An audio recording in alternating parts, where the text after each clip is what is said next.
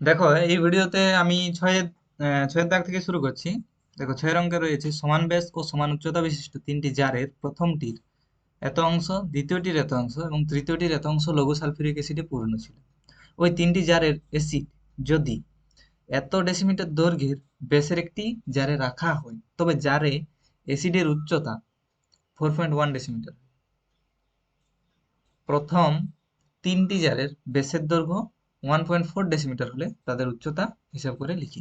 দেখো, তাহলে এখানে তিনটি জার রয়েছে, সমান মাপের তিনটি জার রয়েছে। এটা একটা, এটা একটা, আর এটা একটা। ঠিক আছে, সমান মাপের তিনটি জার রয়েছে। সেই তিনটি জারের ব্যাস বলা আছে 1.4 ডেসিমিটার। তাহলে তার ব্যাসার্ধ কত হবে? আর সমান 0.7 হবে, সেটা লিখেছি। তাহলে প্রত্যেকটারই হবে 0.7। এটার ক্ষেত্রেও আর হবে 0.7, এটার ক্ষেত্রেও আর হবে 0.7। ওকে, তাহলে এবং উচ্চতা আমরা ধরে নিচ্ছি, প্রত্যেকটারই উচ্চতা এইচ ধরে নিচ্ছি, একই মাপের, তাই প্রত্যেকটিরই উচ্চতা এইচ হবে, এইচ হবে। ওকে, তাহলে ধরি যার তিনটির উচ্চতা, দেখো কি লিখতে হবে, ধরি যার তিনটির উচ্চতা এইচ ডেসিমিটার, তাহলে প্রতিটি জারের আয়তন হবে পায়ার স্কোয়ার এইচ ঘন ডেসিমিটার। ঠিক আছে, এরপর দেখো বলা আছে প্রথম জারের 2/3 অংশ রয়েছে সালফিউরিক অ্যাসিড, দ্বিতীয় জারে রয়েছে 5/6 এবং তৃতীয় জারে রয়েছে 7/9 অংশ। তাহলে তিনটি জারে মোট অ্যাসিড কত রয়েছে? প্রথম জারের আয়তন ইন্টু 2/3 অর্থাৎ 2/3 plus pi r square H into 5/6 plus pi r square H by into 7/9। তাহলে প্রথম জারে অ্যাসিডের পরিমাণ এটা, দ্বিতীয় জারে এটা এবং তৃতীয় জারে এটা। তিনটি যোগ করলে তিনটি জারে মোট অ্যাসিড কত আছে তা পাবো। তাহলে দেখো, এখানে পায়ার স্কোয়ার এইচটা আমরা কমন নিয়ে বাইরে বের করে নিয়েছি, পায়ার স্কোয়ার এইচ। তাহলে এখান থেকে থাকছে 2/3, এখান থেকে থাকছে 5/6, এখান থেকে থাকছে 7/9। এখন দেখো পায়ার স্কোয়ার এইচটা যদি বাইরে নিই, তাহলে দেখো এটা হিসাব করে হয়েছে 82/36। ঠিক আছে, এরপর দেখো আমাদের আর এর মান জানা আছে 0.7, তাহলে সেটা বসিয়েছি। আর এর জায়গাতে 0.7 বসিয়েছি, তাহলে দু জায়গায় বসেছি, আর স্কোয়ার ছিল তাই দু জায়গাতে বসেছি। ঠিক আছে, ইন্টু এটা। তাহলে দেখো মোট অ্যাসিড কত ছিল তিনটি জারে সেটা পাওয়া গেল। এখন ঘটনা হচ্ছে, এই তিনটে জারের অ্যাসিডকে ঢালা হয়েছে, তিনটে জারের অ্যাসিডকে ঢালা হয়েছে একটা বড় জারে। ঠিক আছে, আর সেই জারে ঢালার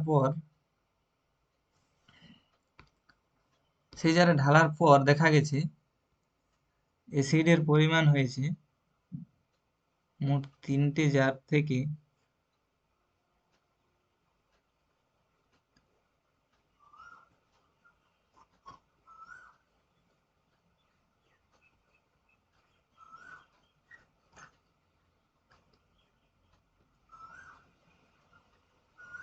তারপর দেখা গেছে যে জারে এই যে অ্যাসিড, সেই অ্যাসিডের উচ্চতা হচ্ছে 4.1 ডেসিমিটার, 4.1 ডেসিমিটার। ওকে, যেটা আমরা বড় হাতের এইচ দিয়ে ডিনোট করছি বড় জারের ক্ষেত্রে। এটার ব্যাসার্ধ দেওয়া আছে, দেখো এটা 2.1 ডেসিমিটার দৈর্ঘ্যের ব্যাসের একটি জারে রাখা হয়। তাহলে 2.1 ডেসিমিটার দৈর্ঘ্যের ব্যাস, তাহলে ব্যাসার্ধ কত হবে? 1.05 ডেসিমিটার হবে। তাহলে বড় আরটা লিখলাম 1.05 ডেসিমিটার। ওকে, এরপর দেখো নেক্সট স্লাইডে, তাহলে এই জারের আয়তন আমরা বের করব। বড় জারে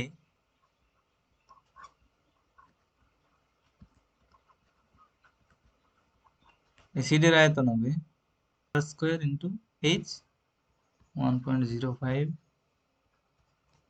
ইন্টু 1.05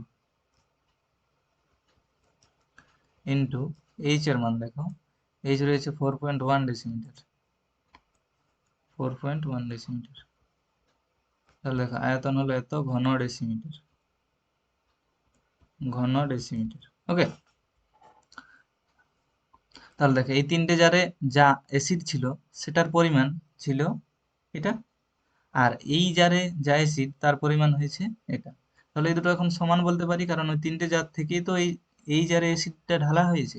তাহলে তিনটে জারে যা অ্যাসিড ছিল এই জারে যা অ্যাসিড আছে, দুটোর পরিমাণটা সমান। তাহলে এখন আমরা শর্তানুসারে লিখব এটা সমান এটা।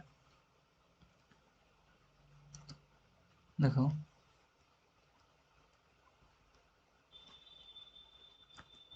শর্তানুসারে pi H into 0.7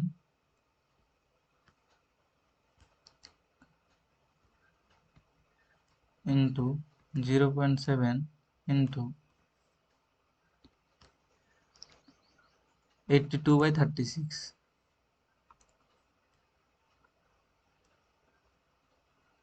82/36 equal to, এখানে রয়েছে পাই ইন্টু 1.05 ইন্টু 1.05 ইন্টু 4.1। দেখো এখানে পাই পাই ক্যান্সেল আউট হচ্ছে,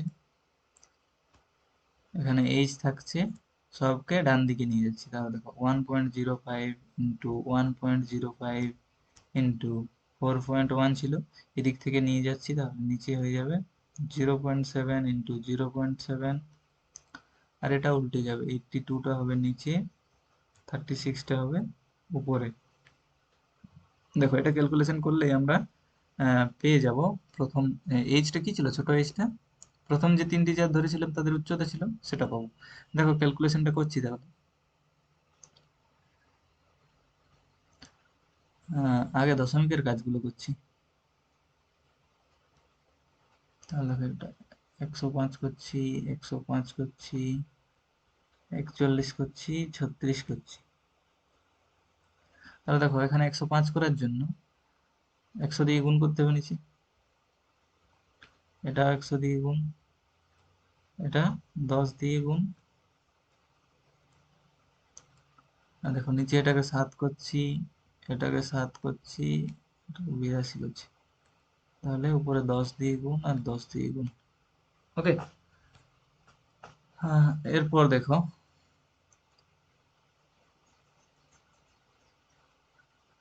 এটা আর এটা গেল।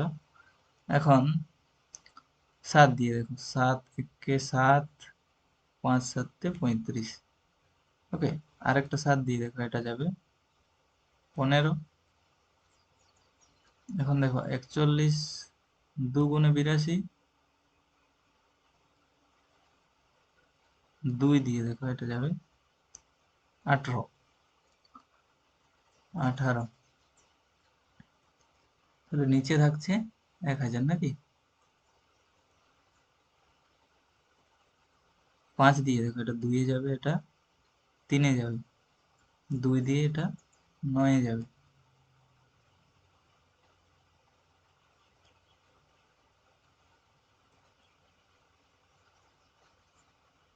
তার উপরে হচ্ছে 15 ইন্টু 3 ইন্টু 9 ডিভাইডেড বাই 100। তাহলে 45 ইন্টু 9, এখানে আমি রাফে করছি 9।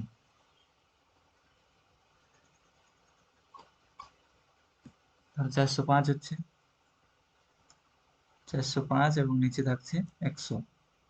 তাহলে এটা হবে 4.05, 4.05 ডেসিমিটার, 4.05 ডেসিমিটার।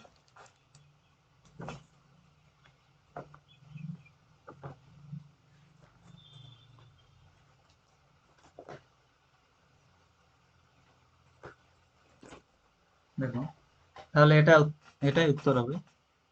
প্রশ্নে কি বলা ছিল, তাদের উচ্চতা হিসাব করে লিখি। তাহলে এই যে তিনটি জার ছিল, ছোট জার, সেই তাদের উচ্চতা।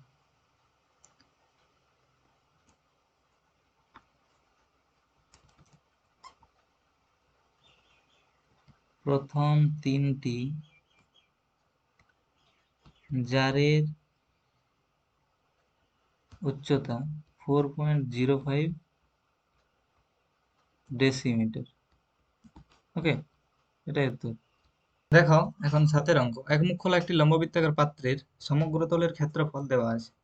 ভূমির ব্যাসের দৈর্ঘ্য দেওয়া আছে, পাত্রটিতে কত লিটার জল ধরবে, তাহলে পাত্রটির আয়তন বের করলেই আমাদের হবে। কিন্তু আয়তন বের করার জন্য আমাদের দেখো দেওয়া আছে ব্যাসের দৈর্ঘ্য দেওয়া আছে, তাহলে ব্যাসার্ধ আমরা বের করতে পারবো, কিন্তু উচ্চতা আমাদের দেওয়া নেই, তাহলে উচ্চতাটা আমাদেরকে বের করে নিতে হবে।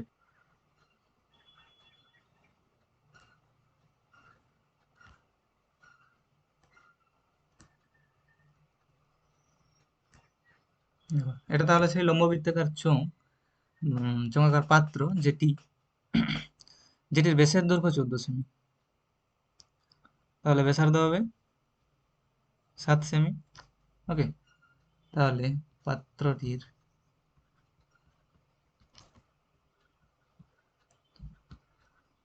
ব্যাসার্ধ হচ্ছে 7 সেমি। ঠিক আছে, উচ্চতা দেওয়া নেই, আমরা উচ্চতা ধরে নিচ্ছি, উচ্চতা ধরে নিলাম। এখন দেখো বলা আছে সমগ্র তলের ক্ষেত্রফল বলা আছে, ঠিক আছে, তাহলে সমগ্র তলের ক্ষেত্রফল হবে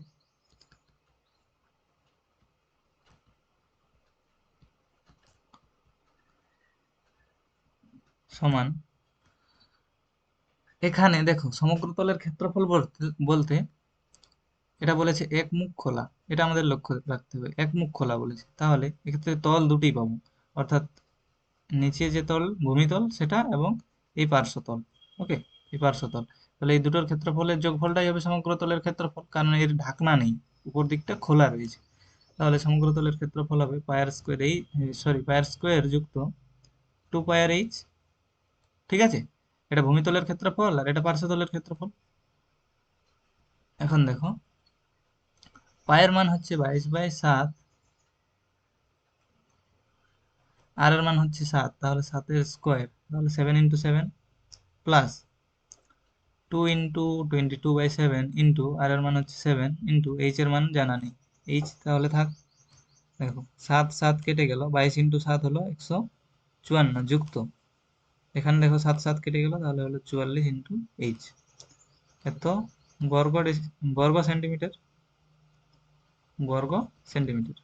দেখো এখন সমগ্র তলের ক্ষেত্রফল দেওয়া আছে 2002 বর্গ সেন্টিমিটার, তাহলে আমরা এখান থেকে লিখতে পারি শর্তানুসারে 154 যুক্ত 44H সমান 2002, বা 44H সমান 2002 মাইনাস 154। দেখো বিয়োগফলটা হবে 1848, তাহলে এখন আমরা বলতে পারি H সমান 44। দেখো সমান হবে, দেখো 11 দিয়ে যদি কাটি 4, এটা যদি 11 দিয়ে কাটি তাহলে হবে 1 6 8, 4 দিয়ে এটাকে ভাগ করলে হবে 42। ওকে, তাহলে এই সমান আমরা কি পেলাম, 42 সেন্টিমিটার। ঠিক আছে, এখন এখন দেখো বলেছে পাত্রটিতে কত লিটার জল ধরবে, অর্থাৎ তার কি বের করতে হবে, আয়তন বের করতে হবে, আয়তন। ভালো।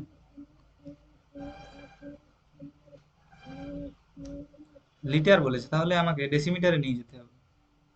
দেখো তাহলে পাত্রটির ব্যাসার্ধ কত বলা ছিল, 7 সেমি, সেটা ডেসিমিটারে নিয়ে গেলে হবে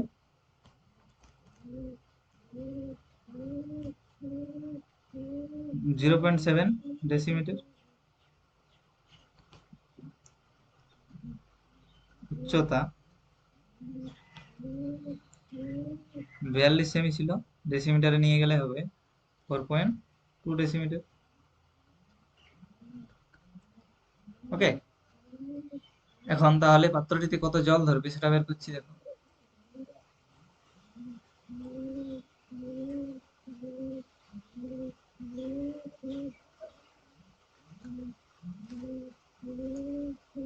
পাত্রটিতে জল ধরবে কত, পাই আর স্কোয়ার এইচ, পায়ের মান হচ্ছে 22/7, আর এর মান হলো 0.7, স্কোয়ার আছে তাই দুবার গুণ, এবং এইচ এর মান পেলাম 4.2 ডেসিমিটার। ওকে, তাহলে দেখো ইন্টু এটাকে 7/10 লেখা যাবে, এটাকে 7/10 লেখা যাবে, এটা 42/10 লেখা যাবে। 7 7 কেটে গেল, দেখো দেখো তাহলে 22 × 7 × 42 করছি। দেখো 22 × 7 হয় 154, তাহলে 154 × 42 করে দেখছি।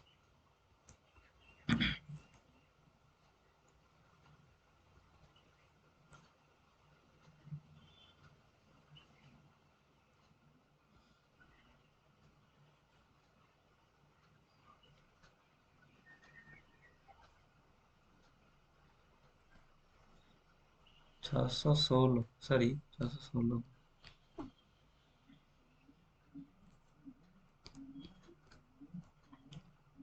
6 হাতে 1, 616,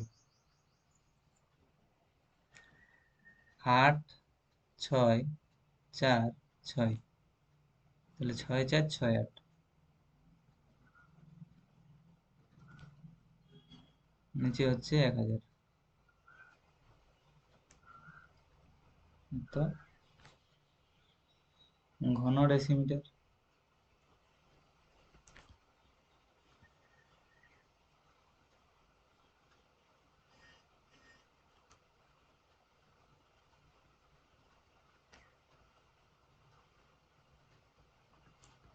1 ঘন ডেসিমিটার সমান 1 লিটার। যেহেতু 1 ঘন ডেসিমিটার সমান 1 লিটার, তাই আমরা ঘন ডেসিমিটারের জায়গাতে লিটার লিখতে পারি। পাত্রটিতে জল ধরবে 6.468 লিটার। না বুঝতে পারলে স্টেপ ওয়াইজ আরেকবার দেখো ভিডিওটি। এরপর দেখো 8 অঙ্ক, যদি 14 সেমি ব্যাসের পাইপ যুক্ত একটি পাম্প সেট মিনিটে 2500 মিটার জল সেচ করতে পারে, তাহলে ওই পাম্পটি 1 ঘন্টায় কত কিলোলিটার জল সেচ করবে হিসাব করে লিখি।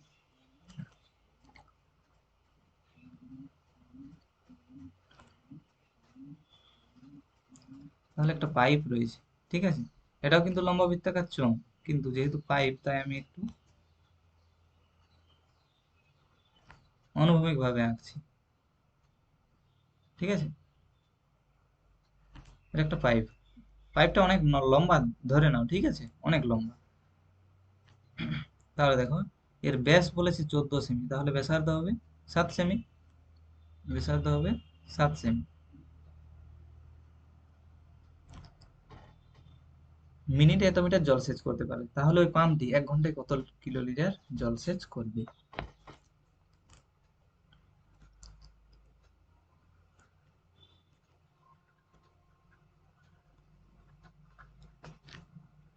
পাইপের ব্যাস বলা আছে 14 সেমি, তাহলে ব্যাসার্ধ হবে 7 সেমি, ঠিক আছে। কিন্তু আমরা লিটারে যেহেতু করতে হবে, তাই এটা আমরা ডেসিমিটারে নিয়ে যাচ্ছি, তাহলে 0.7 ডেসিমিটার, ঠিক আছে, 0.7 ডেসিমিটার পাইপের ব্যাসার্ধ।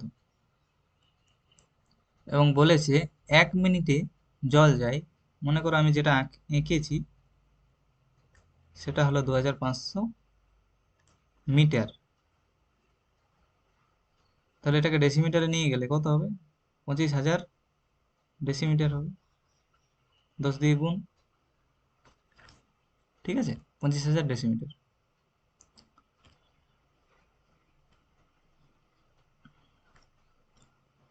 এটা ধরো 1 মিনিটে জল যাচ্ছে এত দূর, 1 মিনিটে জল যাচ্ছে এত দূর, পাইপটা আরো লম্বা আছে অবশ্য, কিন্তু এটা 1 মিনিটে যতটা যাচ্ছে সেটা আমি এঁকেছি, ওকে, পাইপটা খুব লম্বা।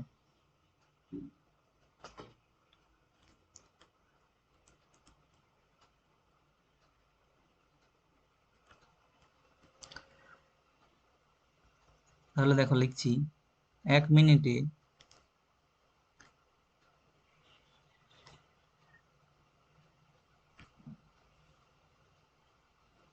1 মিনিটে সেচ হওয়া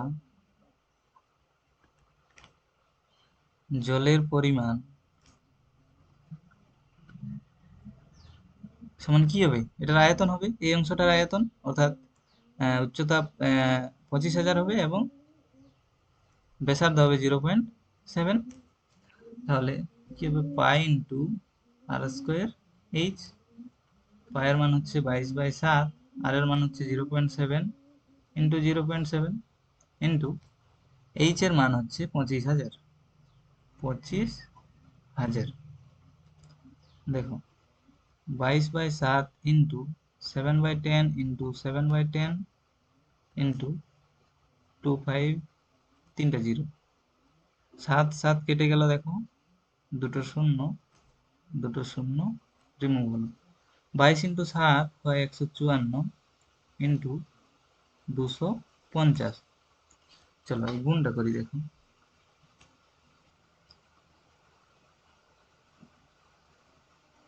এত এককটা কি হবে, ঘন ডেসিমিটার বা লিটার লেখা যাবে এটাকে। তাহলে 38,500 লিটার। তাহলে 1 মিনিটে জলসেচ হচ্ছে যে পরিমাণ, সেটা হচ্ছে 38,500 লিটার। এখন বলেছে পাম্পটি 1 ঘন্টায় কত কিলোলিটার জলসেচ করবে। তাহলে দেখো 1 ঘন্টা অর্থাৎ 60 মিনিটে, অতএব 60 মিনিটে